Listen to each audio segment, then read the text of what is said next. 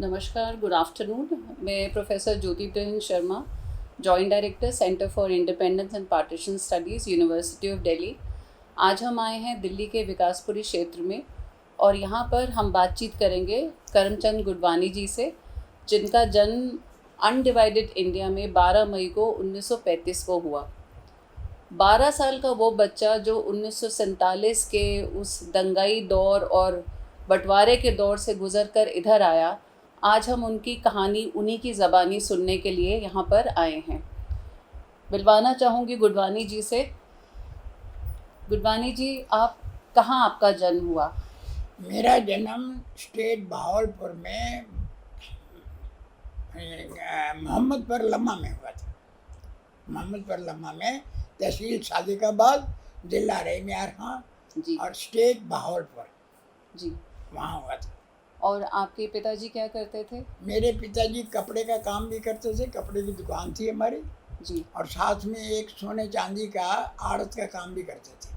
अच्छा। हाँ जी, कपड़े की दुकान तो हमारी मोहम्मदपुर लम्मा में ही थी, लेकिन आड़त का जो काम था वो सक्खर में था। वो केशवराम अर्जन दास के नाम से।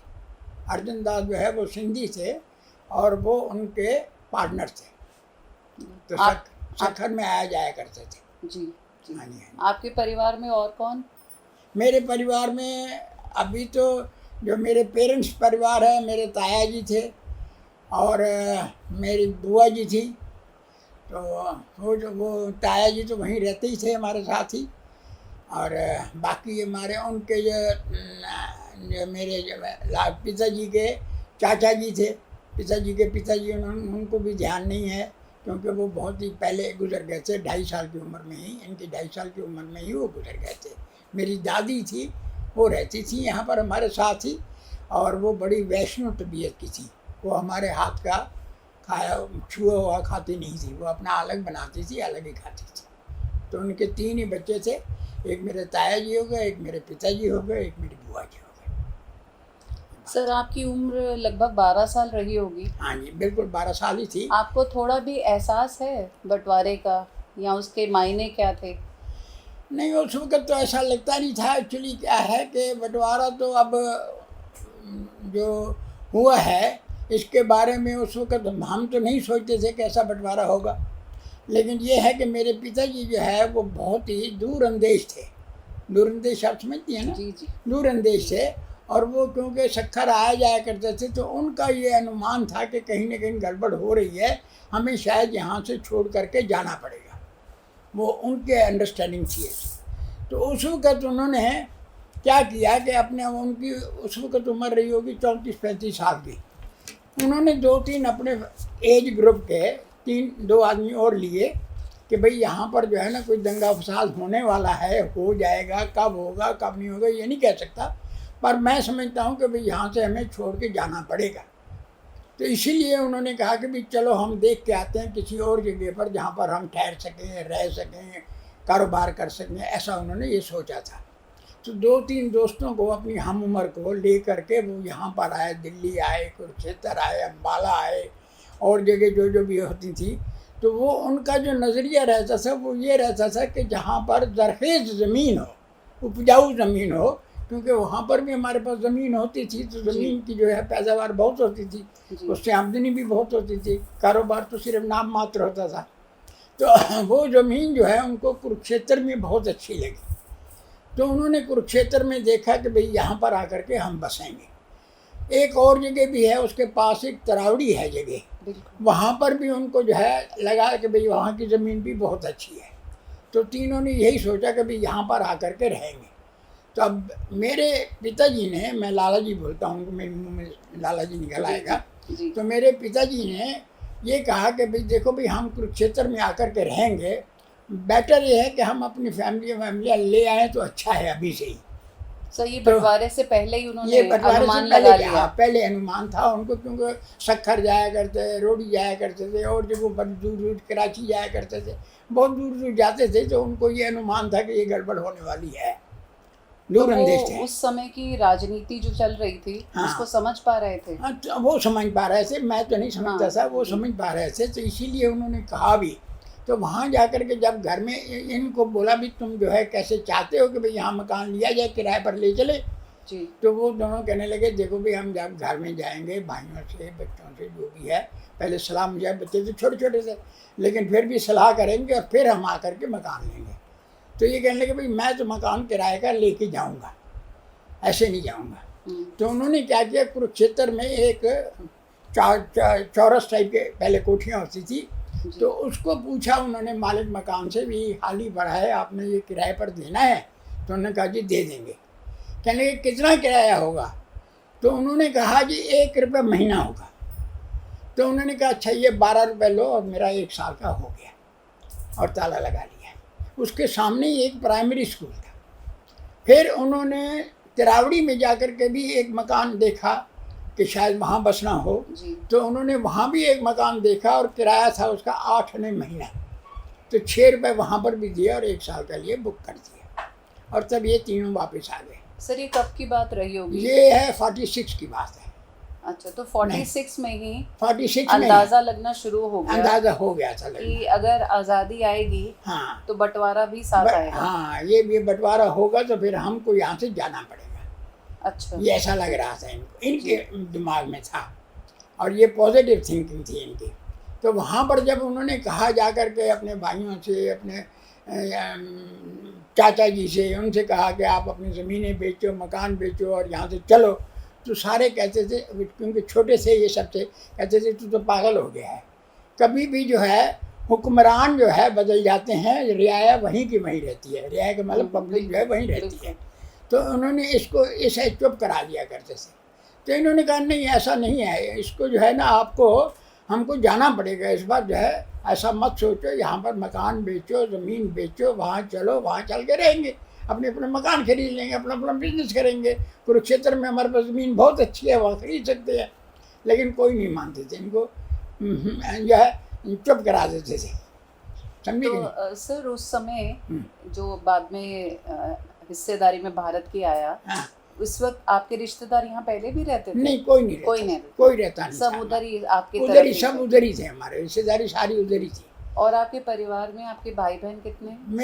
मेरे तो छोटे हैं, मेरे से एक बहन है जो 3 साल छोटी है, मेरा एक भाई है जो 8 साल छोटा है, उससे एक और छोटा सा जो 1 साल का था उस वक्त। अच्छा, जब पार्टीशन के टाइम पे। तो इन्होंने जो है जब ये नहीं माने तो उन्होंने कहा भाई तुम्हारी मर्जी है। तो हम जो बच्चे गए अपने नान के परिवार में गए हुए थे, इन्होंने बहुत उनको कहा लेकिन नहीं माने। तब उन्होंने कहा ठीक है, फिर मुझे भी नहीं बेचने, तो बेचने भी नहीं दिया उन्होंने, ज़मीन भी नहीं बेचने दी, मकान भी मना कर दिया कि नहीं बेचना नहीं है तुम्हें, नहीं बेचने दिया। और मकान भी नया बना था, 1945 में बना था नया, उसी में शिफ्ट करा, और उसमें लिखा हुआ भी था केशवराम करमचंद, ऐसा दोनों का नाम लिखते थे ना पहले। तो इस तरीके से था। तो अब उन्होंने नहीं बेचने दिया, तो हम नान के परिवार में थे, तो उन्होंने क्या किया, लाला जी ने हमारे एक मकान में से, उन दोनों ट्रक तो होते नहीं थे, तो बैलगाड़ियाँ, 7 बैलगाड़ियों में जितना सामान उसमें ला सकते वो ला करके हमारे नान के परिवार में आ गए। वो अहमदपुर लम्मा था, वो वहाँ से 8-9 कोस था, मतलब तकरीबन 12-13 किलोमीटर, 15 किलोमीटर। तो वहाँ आकर के छोड़ दिया।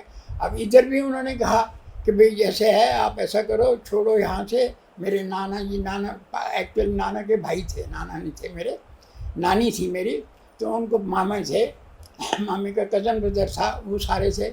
उनको भी कहा कि भाई ऐसे ऐसे बात है, हमको यहाँ से जाना पड़ेगा, आप ऐसा करो कि भाई सारा जितना भी हो सके बेचो बाचो चलो।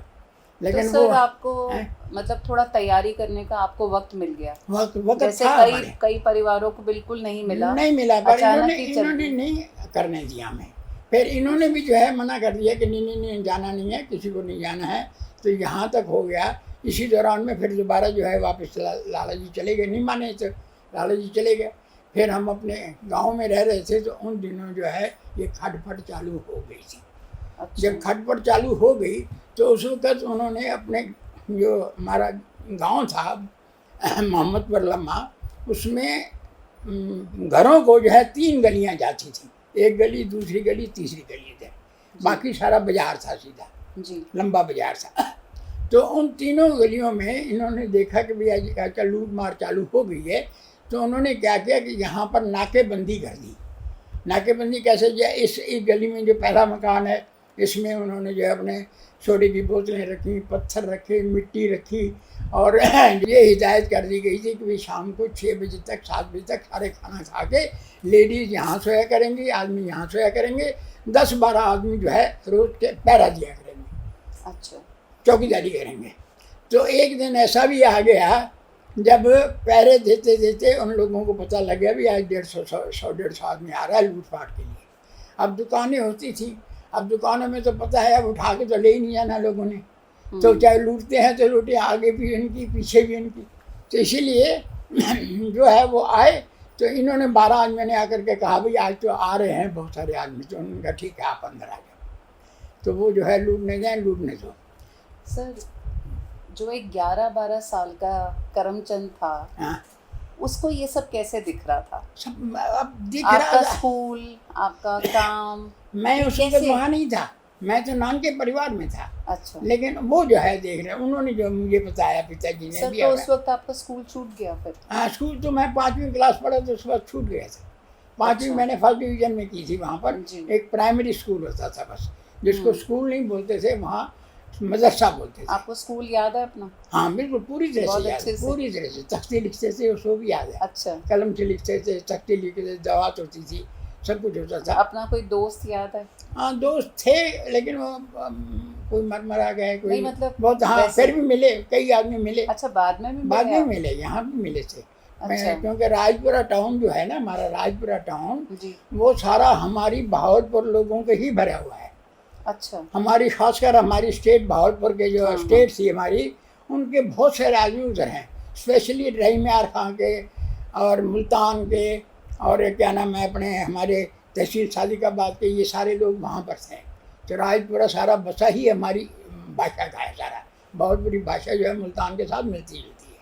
सर, एक ऐसा बंटवारा जिसने लोगों को बांट दिया, रिश्तों को बांट दिया, हाँ धर्म के नाम पर अलग कर दिया। हाँ लेकिन छोटा बच्चा तो कभी धर्म के नाम पर कभी ऐसा नहीं हुआ, साथ में खेलते भी होंगे आप हाँ, और खेलते सब? वहाँ खेलते भी थे, लेकिन और हम मजहबों के बच्चों के म- साथ लेकिन सबके- मैं एक और चीज़ बताऊँ आपको, हमारे क्लास में, हमारे स्कूल में ही कोई मुसलमान पढ़ता ही नहीं था।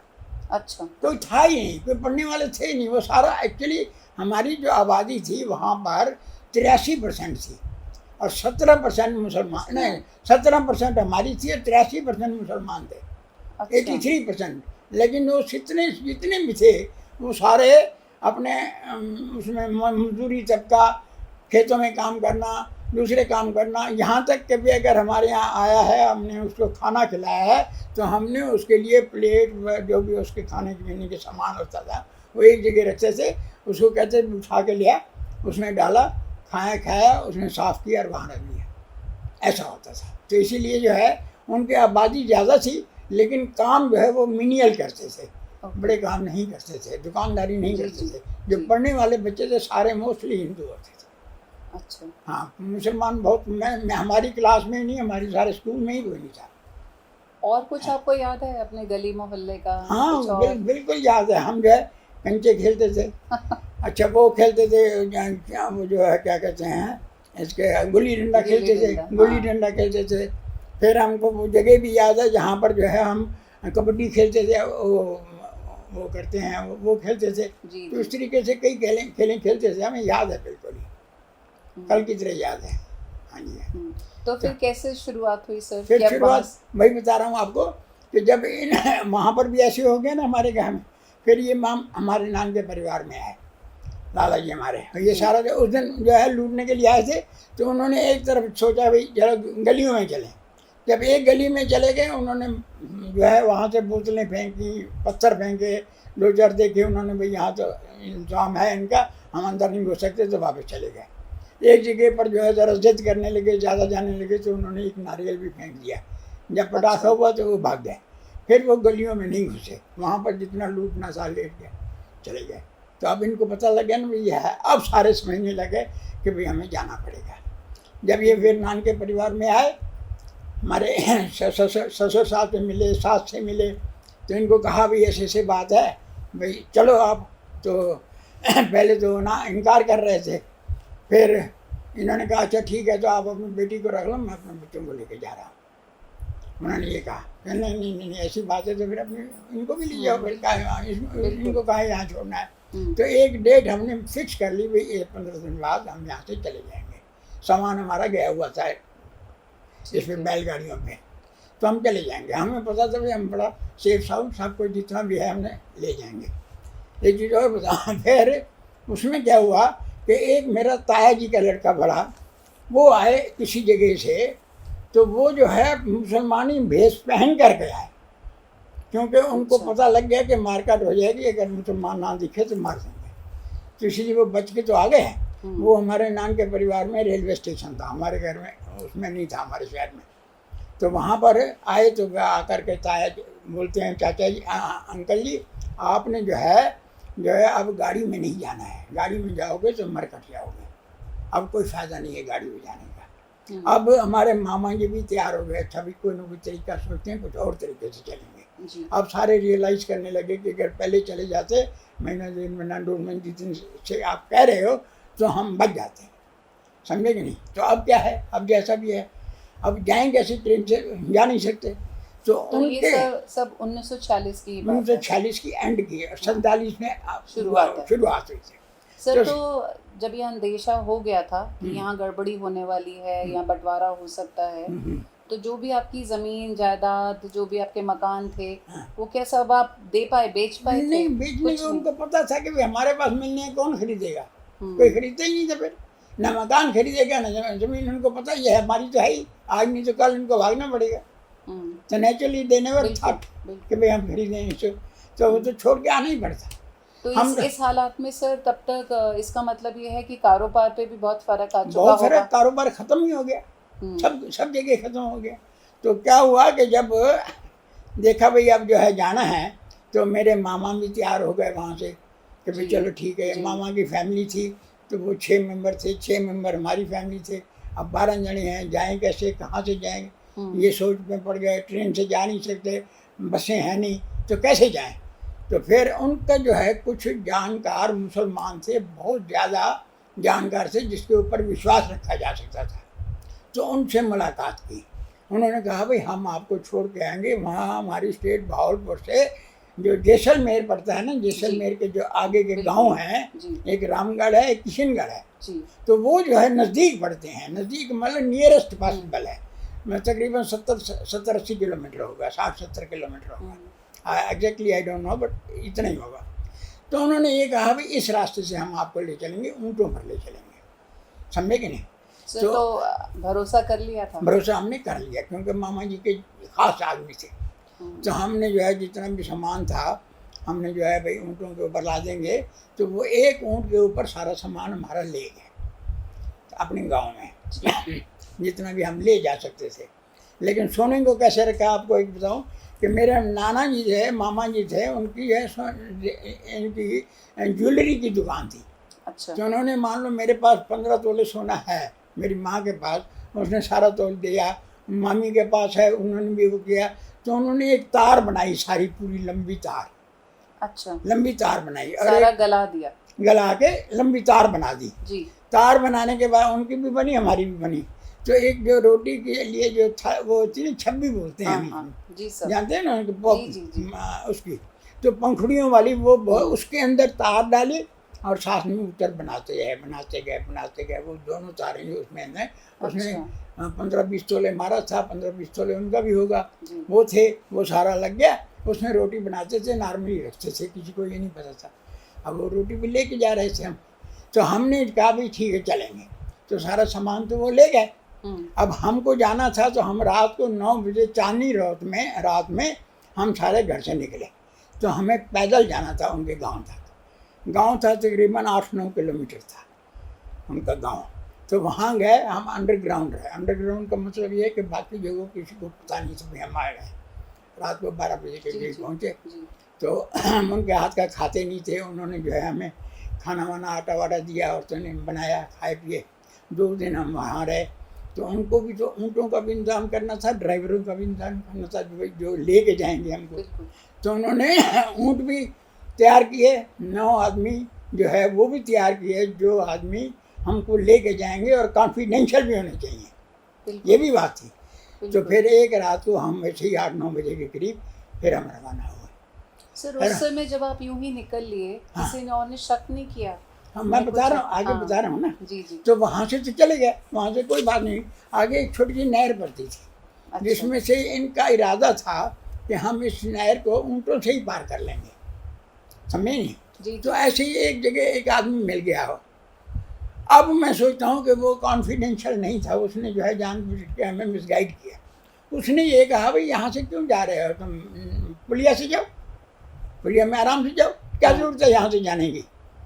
तो फिर उन्होंने पुलिया का 2-3 किलोमीटर 4 किलोमीटर पर थी, तो वहाँ से पुलिया से गए। पुलिया पे गए तो 60-70-80 आदमी बैठा हुआ था, सब कुल्हाड़ियाँ ले करके, बाँस ले करके, ऐसे जो जो हाथ जिसके जो मिला वो बैठे हुए थे। तो उनके 3-4 लीडर भी थे, वो ऊँटों पर थे। तो सलाम वालेकुम हुई। उन्होंने पूछा तो इन्होंने जवाब दिया कि भाई हम बारात पे जा रहे हैं, बारात पे जा रहे हैं। चलो ठीक है, 2-3 किलोमीटर गए तो उनके जो है आदमियों को शक हुआ, जो उनके लीडर थे, जी, जो ऊँटों पर से वो आगे आए। तो उन्होंने किसी न किसी तरीके से भांप लिया कि ये हिंदुओं को लेके जा रहे हैं, आगे घेर लिया। इनको भी बोल दिया तुम पीछे पीछे आ जाओ। तो एक बहुत बड़ा मैदान था, वहाँ पर हमको सबको घेर लिया। तो अब वो जो है इतने में इनकी पैदल सेना भी आ गई। अब घेर लिया तो अब सब उतर गए तो वो कहें कि हम मारेंगे। अब लाइन में बिठा दिया हमको। हम अच्छा। 12 आदमी थे हिंदू। तो अब जब मारने को आए तो मेरी माँ कहे कि बच्चों को मत मारो, हमें पहले मारो। तो इतने में हमारे यहाँ का एक आदमी था, मुसलमान बुजुर्ग आदमी था, भल्ला नाम थे। अच्छा। उसने अपनी पगड़ी उतारी, उनका जो लीडर था उनके पैरों पे रखी कि हमने जो है इनसे 1 पैसा लेना हमारा हराम है, ये हमारी अमानत है। इनको मारोगे, तुम भी आस पास के गांव के हो, हम भी वहीं हैं, हम तुम्हें नहीं छोड़ेंगे, तुम हमको नहीं छोड़ेंगे, कई फैमिलियाँ बर्बाद हो जाएंगी। बेटर ये है कि इनको मारो मत, इनको जो लूटना है तुम लूट लो। तब उन्होंने जो है सारी चीज़ें जितना भी था वो मान गए इस बात को, उन्होंने लूट लिया।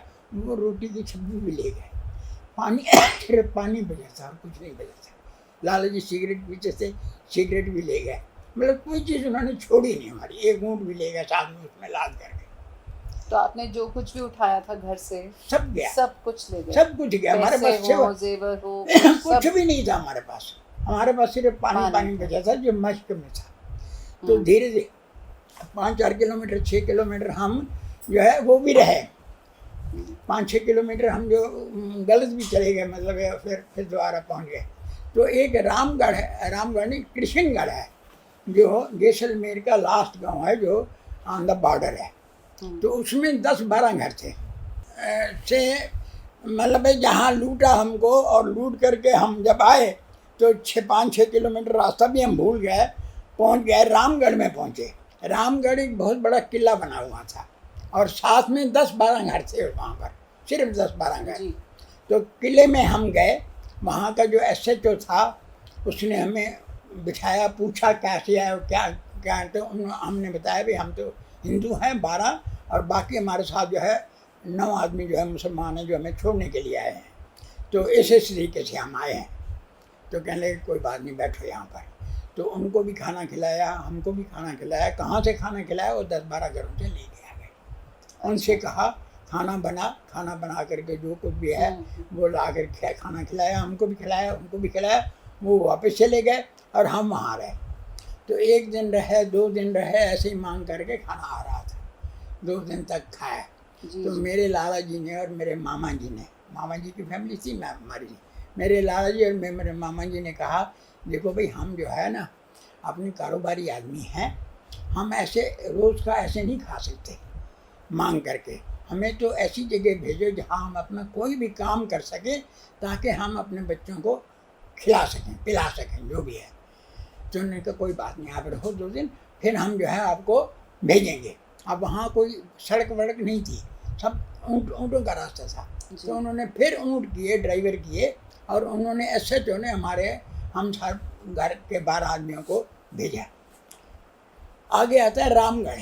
रामगढ़ बड़ा कस्बा था, वहाँ पर भी किला बना हुआ था। तो एसएचओ ने अपने हिसाब से किसी को संदेशा दिया, क्या दिया, भाई ये रेफ्यूजी हैं, वहाँ से आए हैं इंडिया से, स्टेट बहावलपुर से, और ये जो है ऐसे अब लुट गया है, इनका कुछ नहीं, इनके पास कुछ नहीं है।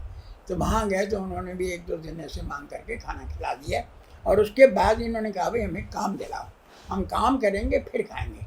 तो उन्होंने एक हमें मकान दिया जो मुसलमान छोड़ के गया था, भाई इस मकान में रहो। तो हम मकान में रहे। उसके बाद उन्होंने तुलाई का काम दिया। तुलाई होती है ना, अनाज तुलता है, जी सर, अनाज तुलता है। तो वो एक धड़ी के ऊपर, एक धड़ी मीन्स 5 किलो, धड़ी के ऊपर उनको 1 आना मिलता था। अच्छा। यानी 1 मण तोलेंगे तो उनको 8 आने मिलते थे। और आप देखते होंगे जैसे ये जो है अपने होलसेल मार्केट मंडियों में, तो जब एक चीज़ बेचते हैं तो थोड़ा सा कुछ न कुछ लप्पू ले भी लेते हैं, अपने लिए रखते हैं। ऐसे ही वो जो है जब 1 मण तोड़ो तो इतना अनाज वो भी मिलता था, तो वो भी रखते जाते थे। ऐसे रोज़ जो है अनाज बन जाता था। बाकी चीज़ों के लिए जो हमारे पास ये चीज़ होती थी कि भाई जो पैसे मिलते थे उससे हम जो है खाना पीना खा रहे थे।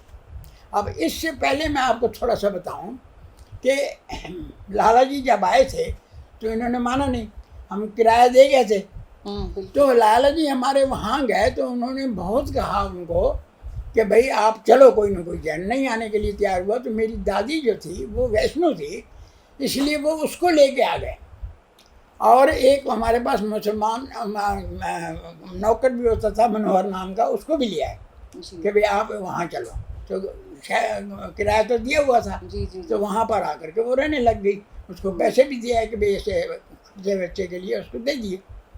तो अब जो है जब यहाँ हम रहने लगे, महीना 1 रहे हम, तो उसके बाद कहाँ रहे? कुरुक्षेत्र आके? कुरुक्षेत्र नहीं है, कुरुक्षेत्र तो बाद में, कुरुक्षेत्र तो दादी आ गई हमारी, लेकिन हम तो अभी रामगढ़ में थे।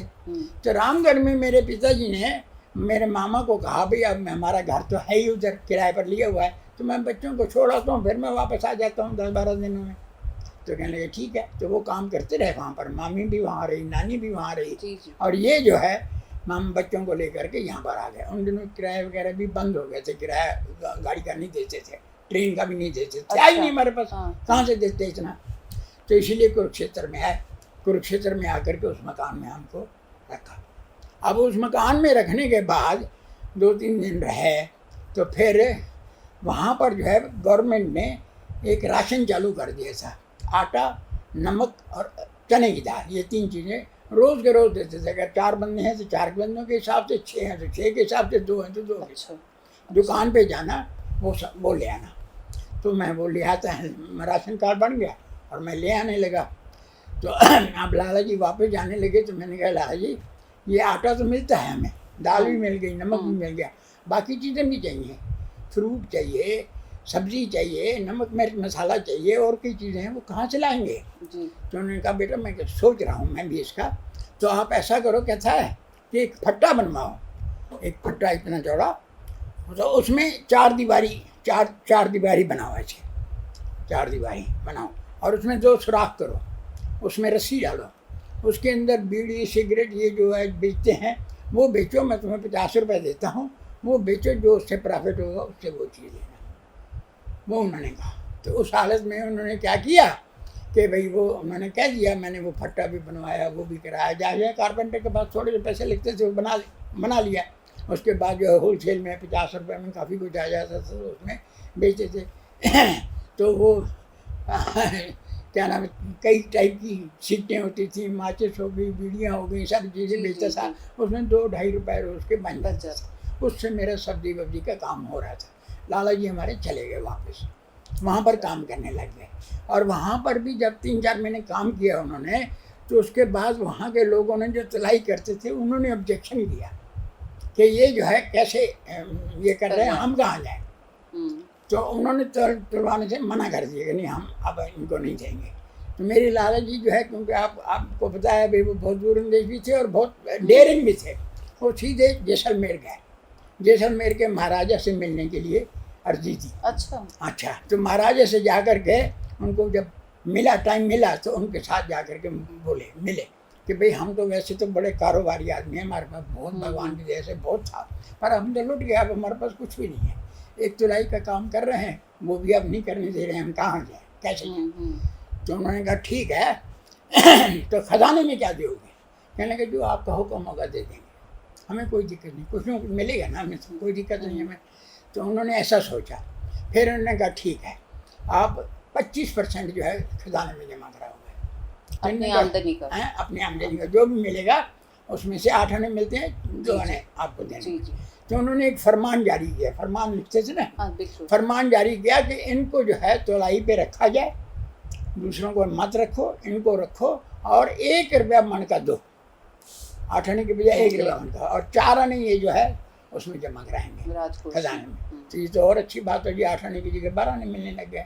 तो और 2-4 महीने रहे, 6 महीने, तब वे फिर वहाँ से छोड़ के आए। अब हमारी क्या पोजीशन थी, मैं यहाँ काम करता था, मैं तो आपको बताया कि जो अब गाँव में था, तो अब उससे तो वो तो है ही, सिगरेट तो बेचता ही बेचता था, पर जो है अब मेरी माँ ने क्या किया कि सामने स्कूल था ना, प्राइमरी स्कूल, तो मुझे जो है तिल छक्री बना के देती थी, कुछ मूंगफली ले आया, कुछ चने ले आया, कुछ रेवड़ियाँ ले आया, स्कूल के बच्चों को जो है वो बेचता था, तो उससे भी 2-4 पैसे बच जाते थे। सर, तो मैंने बहुत जाने का नहीं सोचा? कहाँ से? कुरुक्षेत्र खुद नहीं, कहीं जाने का नहीं सोचा, कि जा नहीं सकते थे, था ही नहीं। मतलब आप स्कूल नहीं जाना चाहते? स्कूल अभी नहीं जाना, अभी जाने के स्कूल की तो सोचा ही नहीं था, सोचा ही नहीं था। तो उस वक्त तक जो है साल 6 महीने के बाद जो है, यानी साल 6 महीने नहीं, थोड़े 2-3 महीने के अंदर अंदर ही जो है कैंप लग गया, जहाँ टेंट लग गए काफ़ी सारे। तो अब शहर में जो राशन देते थे वो कहने लगे जो टेंटों में रहेंगे उनको राशन मिलेगा। तो फिर हम टेंटों में चले गए, एक छोलदारी होती थी, एक फैमिली इधर है, एक फैमिली इधर है। तो हमारी दादी तो वहाँ रहने लगी और हम जो है इधर आ गए। तो राशन कार्ड तो हमारा था ही।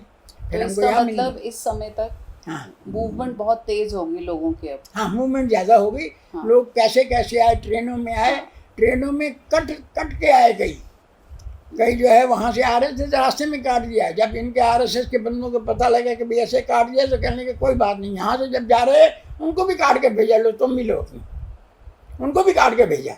सर उस समय भी आपने ये सब सुना? ये हाँ, उस वक्त सुबह बिल्कुल ही मार रहे हैं इनको। सर कैसी फीलिंग आती थी उस वक्त? बहुत बुरा लगता था।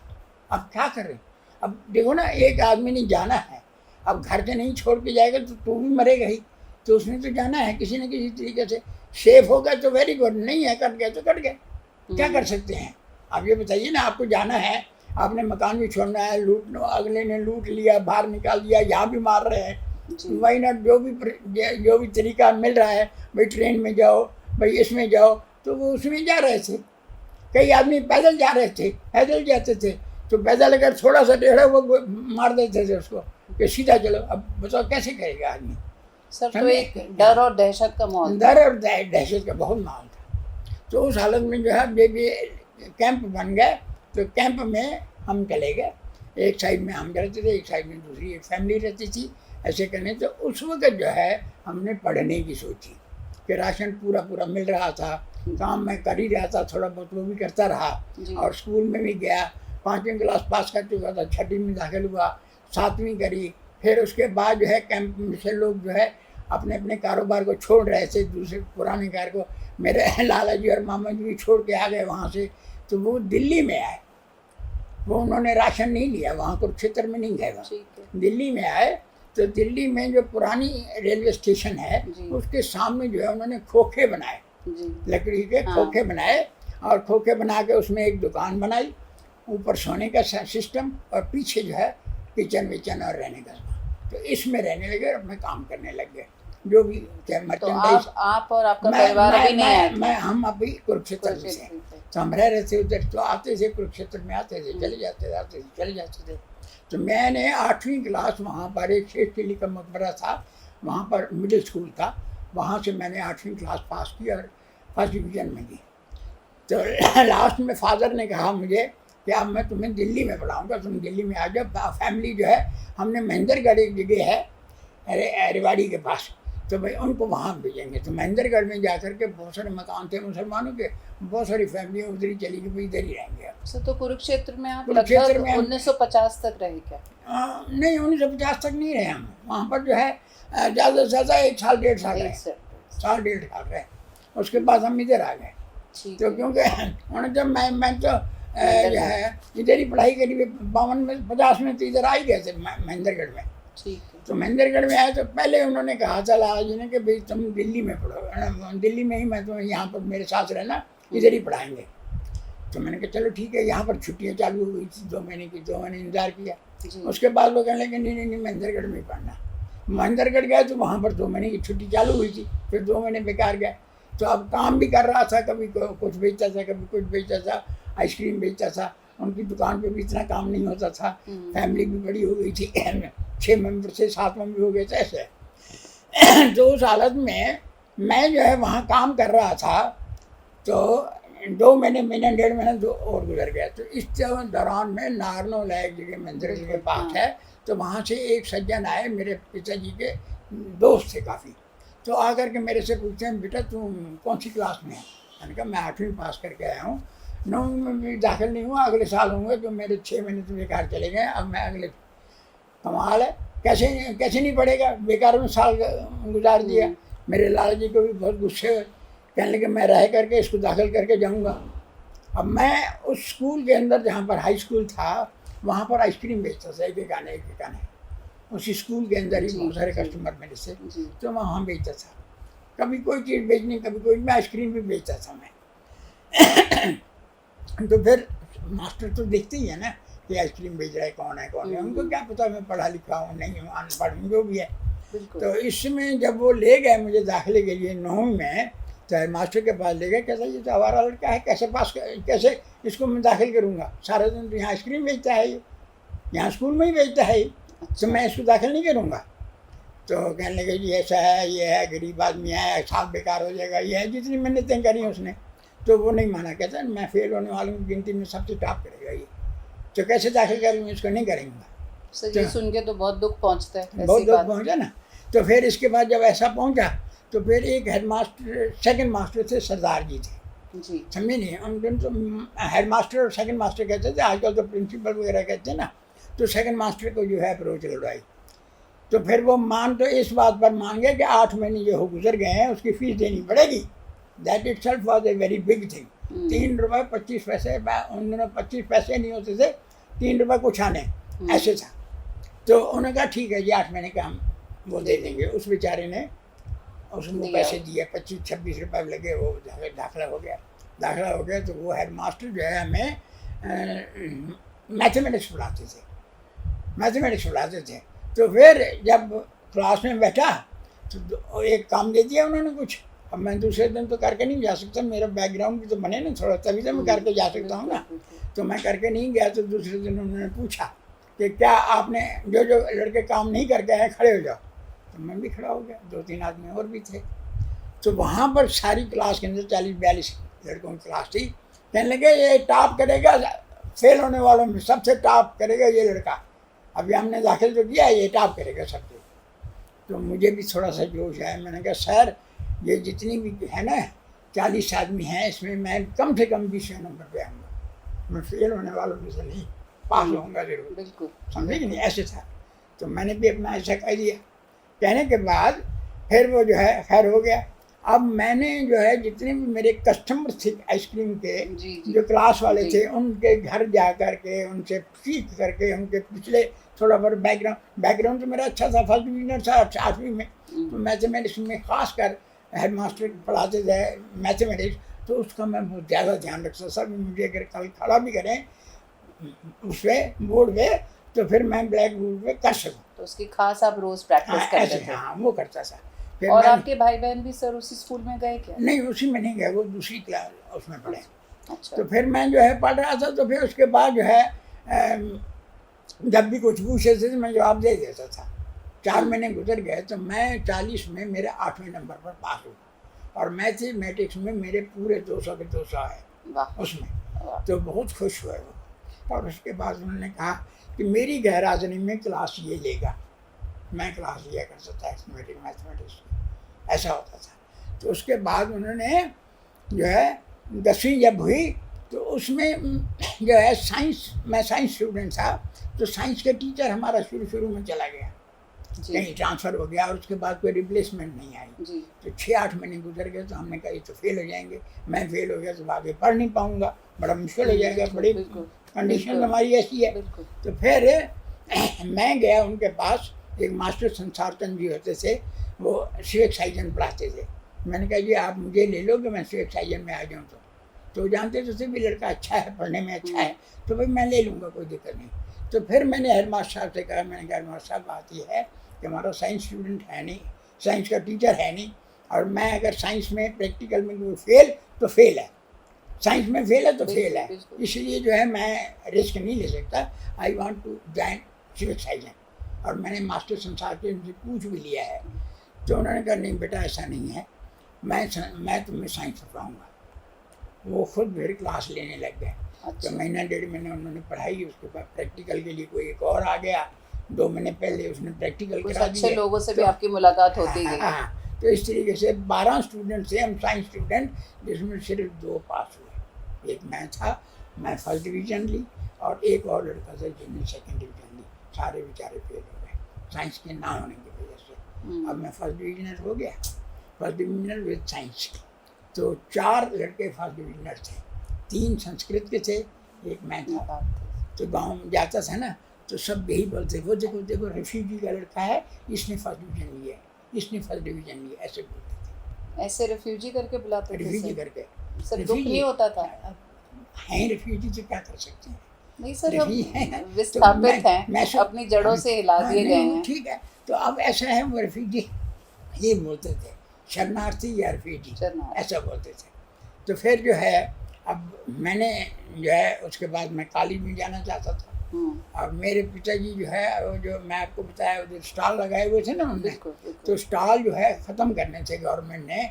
तो उन्होंने स्टॉलों के बदले में सरोजिनी नगर मार्केट है ना जो, पहले इसको विनय नगर बोलते थे। जी सर, बिल्कुल, है ना। हाँ। तो विनय नगर में एक दुकान अलाट करी।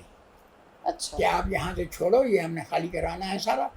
200 आदमी के करीब थे, किसी को वहाँ दी, किसी को कहीं दी, किसी जहाँ जहाँ आपने पसंद करी वहीं बैठ गए। तो हमारे 4-5-6 रिश्तेदार थे, सब ने यहाँ ली, तो हमने भी यहाँ ले ली। फादर जी को वहाँ दुकान मिल गई इन सब्स्टिट्यूट फॉर दैट। अच्छा, तो फिर वो चाहते थे कि वहाँ से आप हटा लीजिए। हाँ, वहाँ से हटा दीजिए। तो फिर रिहाइश भी उधर ही शिफ्ट कर, फिर रिहाइश वहीं रहने लगे, पीछे ऊपर रहने लग गए, पीछे रहने लग गए। पहले पीछे रहने लगे, फिर ऊपर बन गई तो ऊपर रहने लग गए। सर तो उस वक्त सरकार ने सिर्फ दुकान की बात की, घर देने की बात नहीं की? घर देने की बात नहीं, और भी कोई मतलब 200 दुकानें थी, सब ऐसे ही लाट हुई, सब लोगों को ऐसे ही लाट हुई। कोई कहीं बैठा तो कोई कहीं बैठा, सबको खाड़ अलॉटमेंट के कोई कागज दिए थे सर? दिए थे उन्होंने। अच्छा, कागज भी दिए थे, वो तो दिए। तो वो अलॉटमेंट हो गए हमारे नाम पे। अलॉटमेंट हो गई, तो अब वहाँ पर जो है नई कॉलोनी बसी थी, कोई ग्राहक ही नहीं है, तो क्या कमाएंगे, क्या खाएंगे। वो आदमी, कुछ आदमी जो है उसको बेच करके जा रहे थे, बेचना चाहते थे। किसी ने 1100 की बेची, किसी ने 1000 रुपये की बेची। उन दोनों 1000 रुपये 1100 बहुत होते थे। बिल्कुल। तो उस वक्त जो है वे भी बोझने लगे, भाई यहाँ तो बिजनेस है नहीं, काम है नहीं, कैसे करेंगे। तो इन्होंने भी क्या किया कि हम तो महेंद्रगढ़ में आए हुए थे, पढ़ रहे थे, तो इन्होंने भी महेंद्रगढ़ में दुकान कर ली, उसको 1100 रुपये में हमारे फूफा जी थे उसको दी, 1100 रुपये में बेच दी। तो उसके बाद 2 साल यहाँ होलसेल का कपड़े का काम किया इन्होंने, किसी और ये जो लोकल आदमी था उसके साथ पार्टनरशिप में किया। तो उनको पता लगा कि वाकई ही काम करने वाले बंदे हैं, इसलिए काम अच्छा चला। अब उसके बाद फिर जो है वहाँ देखा आपने दिल्ली में कि ये जो है कॉलोनी अच्छी हो रही है, बढ़ रहे हैं लोग। तो फिर आकर के, अच्छा इसी दौरान में मेरे पास में, मैंने इंजीनियरिंग करनी थी, तो मैंने कहा डैडी लाला जी मैं जो है इंजीनियरिंग करूँगा, तो ये जो है पिलानी में इंजीनियरिंग कॉलेज है उसमें जाऊँगा। कहने लगे बेटा बात ये है कि यहाँ पर इसमें काम है नहीं दुकान पे, अगर इसमें दिल्ली में काम में अभी है नहीं, तो मैं आपको अफोर्ड नहीं कर सकता कि भाई आप जो है चले जाओ। 7-8 बंदे हैं हम, और मुझे जो है यहाँ पर जो है इस दुकान का किराए पर भी मिलता है, तो 150 रुपये महीना ही मिलता है। 150 रुपये में कैसे गुजारा होगा, आपको तो काम करना पड़ेगा, नौकरी करनी पड़ेगी। तो अपने भाई को पढ़ा लेना, इंजीनियरिंग करा लेना। तो फिर मैंने नौकरी ली, उस वक्त जो है मुझे टीचर की नौकरी मिली। तो आप दिल्ली आ गए थे तब? हाँ, दिल्ली तो वो थे, हम महेंद्रगढ़ में ही रहते थे। अच्छा, तो वहीं महेंद्रगढ़ में मुझे नौकरी मिली। तो नारनौल के पास एक जगह है। सर दुख नहीं हुआ कॉलेज नहीं जा पाए? क्या करें, मजबूर थे। क्योंकि अब देखो how long he could not afford. तो मैं होते हुए भी अच्छा। फिर उसके बाद मज़ेदार बात यह है कि जब मैंने जो है वहाँ दाखिला वो टीचर बन गया तो वहाँ जाया करता, मेरी तनख्वाह कितनी लगी, 75 रुपये महीना, 75 रुपीज़ पर मंथ। क्या पढ़ाते थे सर आप? तो सारी अच्छा, क्योंकि था ही एक ही टीचर होता था, प्राइमरी स्कूल है, एक ही टीचर है, सब क्लासों को भी पढ़ाना है, रहना भी वही है, खाना भी वही है। तो वहाँ बनाता भी था, खाता पीता भी था, उनको पढ़ाता भी था। तो ये सारा जो है करके 75 रुपये महीने पे, तो भी ये सोचते थे लोग, कहते थे अरे देखो जो रिफ्यूजी का लड़का है ये जो है 75 रुपये महीने पे लग गया है। उन दिनों 45 रुपये 55 रुपये ऐसी तनख्वाह लगती थी, मेरी 75 रुपये ज़्यादा लगी थी, इसलिए बोलते थे रिफ्यूजी के लड़के 75 रुपये महीने पे लगी है। तो वो जो है 75 रुपये कर रहा था। लेकिन मैं क्या करूँ, इसी दौरान में मेरे पास एक लेटर आया मेरे घर के एड्रेस पे कि पिलानी से, we want to give you scholarship 50 rupees per month और आप इधर आकर के दाखिला लो। फिर मैंने फादर से कहा, मैंने कहा देखो मेरा खर्चा भी नहीं होगा, 50 रुपये महीना मिल रहा है, क्या ज़रूरत है मुझे, ये 52 to 53 की बात है। सर तो इसका मतलब आपने वहाँ अर्जी दे रखी थी? नहीं, अर्जी नहीं दी थी, वो उनको पता लग जाता है कौन फर्स्ट डिविजनर है साइंस से। अच्छा, इसीलिए उसी तरीके से हमारे पास आया लेटर। तो इस तरह से पहचान की जाती हाँ, है। ये पहचान थी। उन दिनों मैं 60% बहुत कम लोग लाते थे, 60% लाते ही नहीं थे। मेरा 67% था, इस तरीके 63% या 67% ऐसा था। तो फिर जो है मैंने लाला जी से कहा नहीं बेटा तुम अपने भाई को पढ़ा लेना, तू नहीं पढ़ सकता आगे, तू नहीं जा सकता। फिर मैं टीचर रहा, तो टीचर रहा तो मैं टीचर में मुझे ज़्यादा वो नहीं थी, मैं साइंस स्टूडेंट है, मैं उसी हिसाब से कोई चीज़ करूँ। बिल्कुल। तो फिर इसी दौरान में ना एयरफोर्स के वो हो रही थी, भर्ती हो रही थी एयरफोर्स में।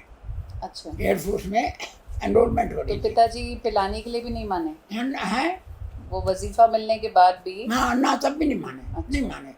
तो फिर मैंने कहा चलो कोई बात नहीं। फिर मैंने एयरफोर्स के लिए जो है एग्ज़ाम दिया, उसमें पास हो गया तो मेडिकली फिट अनफिट हो गया। मेरा वज़न कम था, 105 पाउंड चाहिए था, 95, 96, 99 ऐसा था। तो एक बार गया, फिर दूसरी बार गया तो फिर वो जो है वज़न फिर भी कम है। और साथ में एक दो बार तो क्लरिकल जॉब मिलती थी, मैंने नहीं ली। मैंने कहा मैं टेक्निकल जॉब लेनी है, मैंने क्लरिकल जॉब नहीं लूँगा जी। तो उस हालत में मैंने क्या किया कि टेक्निकल जॉब लेने के लिए मैं रुका रहा। फिर जब टेक्निकल जॉब मिल गई तो फिर अभी भी वज़न कम है। तो फिर एक सज्जन ने मुझे कहा जिस वक्त तुम्हारा वेट हो ना, उससे थोड़ी देर पहले बहाना करके कि मैं टॉयलेट जाना है, वहाँ जाओ, पहले देख के आओ पानी कहाँ पीने का है, वहाँ पर पूरा पानी पी लेना, जितना जैसे आवाज़ आती है ना मटके में ऐसे गड़गड़ी इतने तक भरते रहना, फिर जाके वज़न कराना। मैंने कहा चलो ठीक है। तो ऐसे ही किया। जब मेरे लाइन में खड़े थे 5 साल, जब मेरा दूसरा नंबर था तो मैंने कहा कि मैंने टॉयलेट जाने का चला। वहाँ गया, मैंने पूरा मटका भर लिया अपना। भरने के बाद फिर आया, जब मेरा नंबर आया तो 105 पाउंड पूरा, एंड आई गॉट सिलेक्टेड। और फिर उसके बाद जो है मैं 31 मार्च 1953 में जो है मैं भर्ती हो गया, last day of the year. तो दिमाग का, शरीर का, सबका स्ट्रगल बना रहा। स्ट्रगल बना रहा। फिर मैं यहाँ से गया तो मेरे पिताजी ने अपने ज़्यादा पढ़े लिखे तो नहीं थे, वो लिख के दिया भी कैसे कैसे तुमने वहाँ रहना है। और इसी दौरान में मेरी शादी भी हो गई, सगाई हुई थी मेरी जब मैं तीसरी क्लास में अपने मोहम्मदपुर में था। अच्छा, सगाई हो गई थी। अच्छा। लेकिन क्योंकि अलग अलग आए तो इसलिए शादी जो है मेरी 53 में मार्च में हो गई, वहाँ भर्ती होने से 7-8 महीने पहले। सर तो इधर आके भी लड़की के परिवार के साथ कनेक्शन हाँ, बना रहा? वो जो कैंप लगा था ना जी, कैंप में बहुत सारे लगे, कोई किसी जगह पर है, कोई किसी जगह, सब मिल गए, सब रहते थे, आस पास रहते थे, ऐसी कोई बात नहीं थी जी। मिल गए थे। तो फिर जो है जब कैंप से भी ट्रांसफर हुए राजपुरा, तो राजपुरा टाउन पूरा भरा पड़ा है हमारे आदमी से, हमारे ही आदमी से भरा पड़ा है। सारे रिश्तेदार मेरे यही हैं राजपुरा में, कुछ आदमी भाई यहाँ पर है, बाकी सारे भाई हैं। तो पिलानी जाने से पहले आपकी शादी हो गई थी? हाँ, पिलानी जाने से पहले, पिलानी तो गई नहीं ना, जा ही नहीं पाया। एयरफोर्स में जाने से पहले शादी हो गई। तो 31 मार्च को मैं यहाँ से गया, ट्रेनिंग करी, 1 साल 8-9 महीने की थी। कहाँ पे सर? ये बेंगलोर में। ठीक है। बेंगलोर में ट्रेनिंग करी, फिर मेरी जो है इन्होंने ही, लाला जी ने ही कोशिश करके मेरे ट्रांसफ़र जो है पहली पोस्टिंग जो है दिल्ली में कराई। अच्छा तो दिल्ली में हुई, यहाँ पर एयरफोर्स सिग्नल सेंटर था, जी। उसमें मैं जो है वायरलेस ऑपरेटर मैकेनिक 2 पहले बना था, जैसे मैंने कहा नेट वो करते थे। तो यहाँ एयरफोर्स सिग्नल सेंटर वो सेक्रेटरीट के पास है, तो वहाँ पर मैंने 3-4 साल काम किया। तो 3-4 साल काम किया, जिसमें बच्चा भी हुआ, एक लड़की भी हुई। तो फिर जो है मेरा एक जो है अगला फर्दर वो होता है प्रमोशन। हाँ, इसके आगे जो है ग्रुप 1 में जाना था, वो ग्रुप 2 था। ग्रुप 1 के लिए फिर मैं रिकमेंड हुआ, तो फिर मैं 1 साल के लिए गया ट्रेनिंग के लिए। उस वक्त मैं अपनी फैमिली ले गया था, मेरा एक बच्चा था उस वक्त, जो वो 6 महीने का था जब मैं ले गया था। तो वहाँ 1 साल वो ट्रेनिंग करी। ट्रेनिंग के बाद फिर मैं कानपुर में पोस्टिंग हुई, फिर कानपुर गया। कानपुर के बाद फिर जो है वहाँ पर जो है मेजर सर्विसिंग थी वेम्पायर एयरक्राफ्ट पर, समझे कि नहीं। तो उसके बाद जो है वो किया, वहाँ से फिर जो है ट्रांसफ़र मैंने यहाँ नजफगढ़ में करवाया। नजफगढ़ है यहाँ पर जी। तो वहाँ पर 11 SU है, 11 सिग्नल यूनिट। तो वो mutual somebody wanted to go to Kanpur, तो उसका घर था, मैं फिर इधर आ गया। वो अब मैं यहाँ काम कर रहा था, तो मेरे लाला जी कहते हैं कि बेटा अब तुम ऐसा करो कि 15 साल की सर्विस होती है ना, 9 साल बाद छोड़ सकते हो। मैंने कहा छोड़ सकता हूँ मैं। तो वो कहने लगे कि दुकान पे बैठो, अब दुकान अब काम हो रहा है चालू, अच्छा काम हो रहा है, तो बेटर यह है कि अब तुम दुकान पे आ जाओ, लीव द सर्विस। मैंने कहा अच्छा, तो छोड़ देता हूँ फिर मैं। तो मैंने अनविलिंगनेस दी, लेटर लिखा कि I am unwilling to continue my service only अब मैं जो है 9 साल पूरे करूँगा। 9 साल तक तो मिनिमम करना ही पड़ता है, जी जी। समझ। लेकिन उसमें ग्रेच्युटी मिल जाती है थोड़ी बहुत, और वो नहीं मिलता है, पेंशन नहीं मिलता। तो इसी दौरान में जब ये साल अभी नहीं हुआ था, 5-4 महीने ही हुए थे, तो मेरा सिलेक्शन हो गया to go to Russia for MiG-21 aircraft की ट्रेनिंग के लिए। MiG-21 है।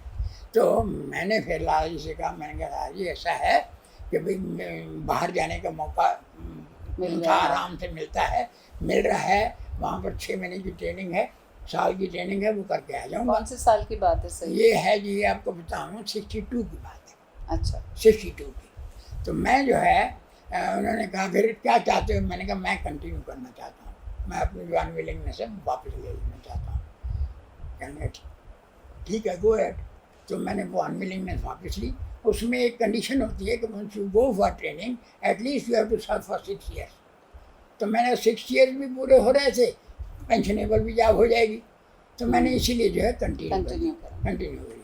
फिर हम जो है 62 में हमारा 55 मेंबर्स का जो थे ट्रेड, यानी मैं जैसे मेरे बॉम मन कहते थे, वायरलेस ऑपरेटर मैकेनिक ग्रुप 1, ऐसे इलेक्ट्रीशियंस होते थे। दूसरे जो है कई और जितनी ट्रेड के थे, एयरफ्रेम के थे, कुछ दूसरे थे, सारे जितने भी थे, हर ग्रुप के 4-4 आदमी लेते थे। इस तरीके से लिया तो 55 आदमी तो हम थे अदर रैंक्स के, और कुछ 15 पायलट्स भी थे जो ट्रेनिंग लेने के लिए गए थे। तो इस तरीके से हम वहाँ पर अलमाती एक जगह है, अलमाता बोलते थे पहले, अब अलमाती बोलते हैं, कजाकिस्तान में है। That was a part of USSR, है ना। उस वक्त वहाँ ट्रेनिंग के लिए भेजा, है ना, वहाँ ट्रेनिंग के लिए मुझे भेजा। तो हमने वहाँ ट्रेनिंग करी, 6 महीने की ट्रेनिंग करके फिर हमारा ट्रांसफ़र हुआ। तो पहला यूनिट जो बना था वो चंडीगढ़ में बना था, और हमारा 28 स्क्वाड्रन बना था। 28 स्क्वाड्रन MiG-21 तो वो बना था। उस ट्रेनिंग में वहाँ मैंने ट्रेनिंग वो जो काम किया, 2-2.5 साल यहाँ काम किया। फैमिली हमारे साथ थी, हम किराए पर रहते थे, सब कुछ ऐसे करते थे। तो इस तरीके से फिर आगे जो है चलता रहा। तो 9 साल जो है वो 6 साल जो है और काम किया, तो 2-2.5 साल यहाँ रहे। फिर 65 की लड़ाई हुई, 65 की। बिल्कुल 65 की लड़ाई, तो हम लोग पठानकोट गए। हमारा MiG-21 जो जब वहाँ जाएगा तो हम भी जाएंगे ना। तो वहाँ मुझे 2 मेडल भी मिले उसमें वहाँ पर। तो वहाँ से फिर जो है उन्होंने ट्रांसफ़र किया हमें आदमपुर में, ये पंजाब में है आदमपुर, इसके पास है, जलंधर के पास है जी। वहाँ पर 1.5 साल रहे, 2 साल रहे। फिर जो है यहाँ से ट्रांसफ़र हुआ हमारा असम में, तेजपुर वहाँ गए। तो वहाँ मेरा पूरा साल हो रहा था, 15 साल पूरे हो रहे थे। तो मैं वहाँ से छोड़ बस। करके वहाँ पे आया। ये मेरी पूरी लाइफ है। सर पीछे मुड़कर देखते हैं तो बंटवारा कैसा लगता है? बंटवारा ऐसा नहीं है। अब ये देखिए, अगर बंटवारा ना होता तो पॉलिटिक्स का है ना, हम पॉलिटिक्स में ज़्यादा हिस्सा लेते नहीं हैं, हमें पता ही नहीं है पॉलिटिक्स में मैं ज़्यादा वो नहीं करते हैं, और हम पॉलिटिक्स में पढ़े भी नहीं हैं। ये तो होना ही था जब अपर लेवल पे था ना, हमारे लेवल की सोचने की बात नहीं थी, ये ऊपर लेवल की थी। समझिए, जब तक हम आए तब तक नहीं थी ये चीज़, तो वो तो बंटवारा होना था। इसमें कम से कम नहीं तो 12 लाख आदमी मर गया, मुसलमान भी मरे हैं, हिंदू भी मरे हैं, समझे, 12 लाख से कम नहीं मरे हैं। और ऐसे ऐसे मारे हैं लोगों को कि उनको मार करके जो होते हैं ना, ईंटों के भट्ठे होते हैं ना जी, उसमें लकड़ियाँ डालते हैं, वहाँ पर आदमी डालते थे, यहाँ इनकी लाशें डालते थे। ऐसा ऐसा होता। हमारा गांव को भी जो पूरा जो है मारपीट में सारा उल्टा सीधा कर गए, किसी में कुछ मिला दिया, किसी में कुछ मिला दिया, दाल में चीनी मिल रही है, उसमें वो हो रहा है, तेल कहीं डाल रहे हैं, ख़राब करना है उन्होंने, और क्या करना था। तो अब हमको तो छोड़ के आना नहीं था, हमारे पास क्या था। यहाँ पर आकर तो उसके कंपनसेशन में हमें थोड़ा बहुत मिला, तो वो भी हमने बेच करके महेंद्रगढ़ में, फिर हम दिल्ली में आ गए। नो थैंक यू सर, क्योंकि आपसे बातचीत करना हमारे लिए, हमारे सेंटर के लिए एक ब्लेसिंग की तरह है। और इसके साथ ही हम इस बातचीत के अंत पर पहुँचे हैं। बातचीत को बंद करने से पहले मैं आभार व्यक्त करना चाहूँगी हमारे vice chancellor sir professor Yogesh Singh ji का, जिन्होंने सेंटर की परिकल्पना की, हमारे चेयरपर्सन श्री प्रोफेसर श्री प्रकाश सिंह जी का, जो हमारे साथ रोज़ जुड़े रहते हैं, हमें प्रेरित करते हैं, हमें सपोर्ट करते हैं, हम आगे ले जाते हैं। मैं यहाँ आभार व्यक्त करना चाहूँगी हमारे डायरेक्टर सर का, प्रोफेसर रविंद्र कुमार जी का, जिनके तहत हम सब एज अ टीम काम करते हैं। और मेरे साथ उपस्थित हैं हमारे कैमरामैन गुरजीत सिंह जी, जो हमारे लिए ताकत है, हमें हर जगह अपना इनका सपोर्ट हमारे साथ बना रहता है। और आज मेरे साथ जुड़ी हैं शहीद भगत सिंह कॉलेज से अपूर्वा जी, वो भी मेरे साथ आज यहाँ आई हैं गुणवानी जी को मिलने, इंग्लिश डिपार्टमेंट में वहाँ कार्यरत है। मैं उनकी भी आभारी हूँ कि वो हमारे साथ चल कर आए। इसके साथ हम गुणवानी जी के साथ अपनी बातचीत को यहीं समाप्त करते हैं। आप सबका धन्यवाद।